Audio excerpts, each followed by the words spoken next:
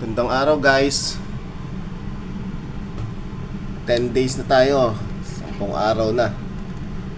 Ayan yung nilagay natin kahapon na na frogs ng corals. Ayan siya. Na yung ating Kenya. Bumukadkad na siya. Yung ating SOA medyo nagbabalak pa lang, bagong lipat kasi. Tapos yun yung ating green shroom okay naman. Tapos yung GSP natin or green green star polyps, ayan, medyo masaya naman siya. Yung nasa baba pa, ayun, medyo hindi pa nag-aano yung doon tsaka ito mamaya siguro. Kabubukas ko lang ng ilaw hindi pa sila nag-bloom. Walang masyadong ganap guys ang 10 days natin, pero update ko na lang kayo kung anong ginawa ko sa ilaw. Kasi hindi ko na na-vlog yung yung sa ilaw natin. 'Di ba ginawa natin nung isang araw, pang ilang araw, pang 7 days.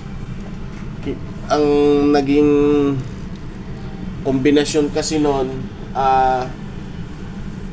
sa 12 na bulb, isang warm white, isang cool white, isang red, isang green, tapos the rest blue at saka royal blue, tapos may dalawa pa lang cyan. Ginawa ko, tinanggal ko yung masyadong maliwanag guys, malakas masyado yung white. Tinanggal ko na lang yung green, yung cool white, tsaka yung warm white. Bali ang natira dito is yung red lang. Kung makikita nyo, ayan, mapapansin nyo. Pansin ba? Okay. Yung red at tsaka yung dalawang cyan, ayun, nakikita sa dalawang gilid. Tsaka the rest royal blue na. Para kasi masyadong maliwanag yung yung cool white. Masyadong, tsaka mainit ang dating, kaya ginangyan ko na lang. Tapos ayan, di ba, ayan yung binili natin na hindi naman natin nagamit at masyadong mahina. Inatouch ko na lang yung heatsink nung ko. Super okay naman siya.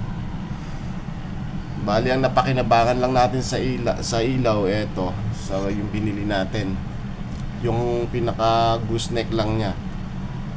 Pero yung performance ng ginawa natin okay naman. So yun lang, in-update ko lang kayo para sa ilaw. Temperature natin naman 26.3.4, mababa lang.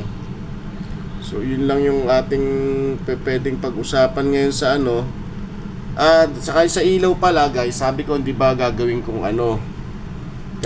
siyang automatic, yung nagra-ramping siya.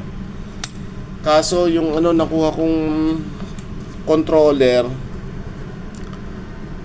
12 volts pala, hindi kaya ng kasi 220 to ito 12 volts, masusunog pagka pinilit kong ilagay dyan. So baka sa mga susunod na araw palitan ko rin yung ilaw natin ng yung mga bulb ng good para sa 12 volts para magamit natin tong controller natin. Ayan, kung nakikita nyo, LED controller, para hindi bigla yung sinde unti-unti.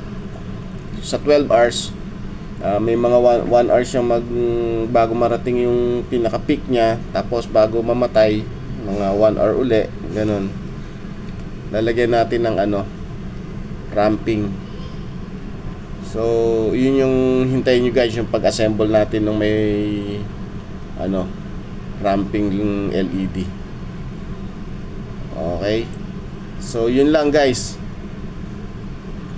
Wala na tayong ang papag-usapan natin ngayon para sa 10 days natin. Wala, yun lang. So maganda naman yung ayan sa yung mga inilagay natin. Nagwe-waiting tayo kung na mangyayari. So see you next vlog guys. Please like, share, and subscribe.